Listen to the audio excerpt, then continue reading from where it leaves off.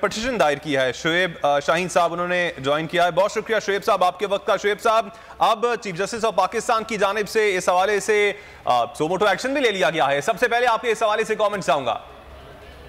जी, मैं समझता हूं कि ये बड़े पॉजिटिव बात है और बड़े हमारे लिए हौसला अफजा बात है कि इस मुल्क में जहां एनार्की फैल रही थी, जहां क्यास पैदा हुआ जा रहा था, जहां अनकॉन्स्टिट्यूशनल एक्ट सामने लाए जा रहे थे, जहां आइन की पामाली हो रही थी, जहां रूल ऑफ लॉ की वायलेशन हो रही थी, तो मैं समझता हूं कि इस वक्त चीफ जस्टिस उमरता बंदयाल साहब ने बड़ा पॉजिटिव और स्ट्रॉन्ग स्टेप उठाया है।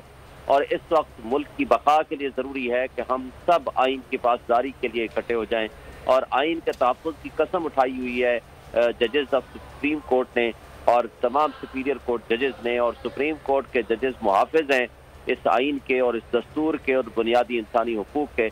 और उन्होंने अच्छा फैसला किया, उन्होंने सो मोटो पटिशन भी अपनी साथ लगाई है और हमारी Islamabad high court bar association की तरफ से जो पटिशन है वो भी साथ लगाई है, और एक और कॉन्स्टिट्यूशन पटिशन नंबर 2 है वो भी साथ लगाई है फॉर दी सेम काज के 90 डेज में इलेक्शन कराने की पाबंद है इलेक्शन कमीशन ऑफ पाकिस्तान।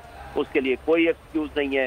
मुसीबत ये है ना जिसको कहते हैं कि ये सारे के सारे वन पेज पे आप आ गए हैं, जिसमें पीटीएम, इलेक्शन कमीशन, हमारी एस्टेब्लिशमेंट, मुख्तदर तबके और हल्के इंटरम गवर्नमेंट, गवर्नर, ये सारे के सारे एक बंदे के खिलाफ चल रहे हैं, वो है इमरान खान। और पूरे पाकिस्तान की आवाम इमरान खान के पीछे खड़ी हो गई है, बैक आवाज खड़ी हो गई है। तो अब उनसे डर और खौफ है कि अगर हम इलेक्शन कराएंगे तो वो 2/3 मेजॉरिटी नहीं और इनके तो कोई कैंडिडेट ही शायद इनको ना मिले। That is the reason. वो एक बहाना, दूसरा बहाना, तीसरा बहाना, चौथा बहाना, और वो उसको हाउस करना चाह रहे हैं from the process of the election. वो इलेक्शन कराना नहीं चाह रहे।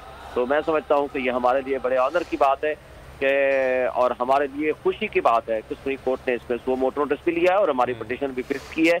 और हमारा कोई मकसद नहीं है कि कौन इसमें जीतता है, कौन आता है, कौन इलेक्शन में पार्टिसिपेट करता है। हम सिर्फ एक बात कहते हैं, कानून और आइन की बालादस्ती। कानून और आइन की बालादस्ती के सामने सब उसके सबॉर्डिनेशन में है। जब आइन कहता है कि आप 90 डेज में इलेक्शन कराएंगे तो इनको या किसी को भी ये अख्तियार नहीं वो कहे जी हम 90 डेज में इलेक्शन नहीं कराए, तो फिर क्या फर्क रहेगा जाओ लग के मार्शल लॉ में, मुशर्रफ के मार्शल लॉ में और इस आइन के मुअत्तली में और आइन के होते हुए।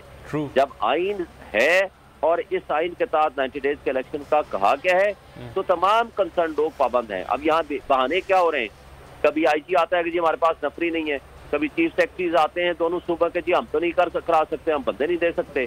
फिर आते हैं कि जनाब फाइनेंस मिनिस्ट्री वाले, वो कहते हैं कि जी हमारे पास तो खजाने में पैसे कोई नहीं है। इनके से पूछा जाए कि 90 तुम वजीर रख सकते हो, जिसमें से 50 वजीर और मुशीर वो हैं जिनके पास कोई पोर्टफोलियो नहीं है।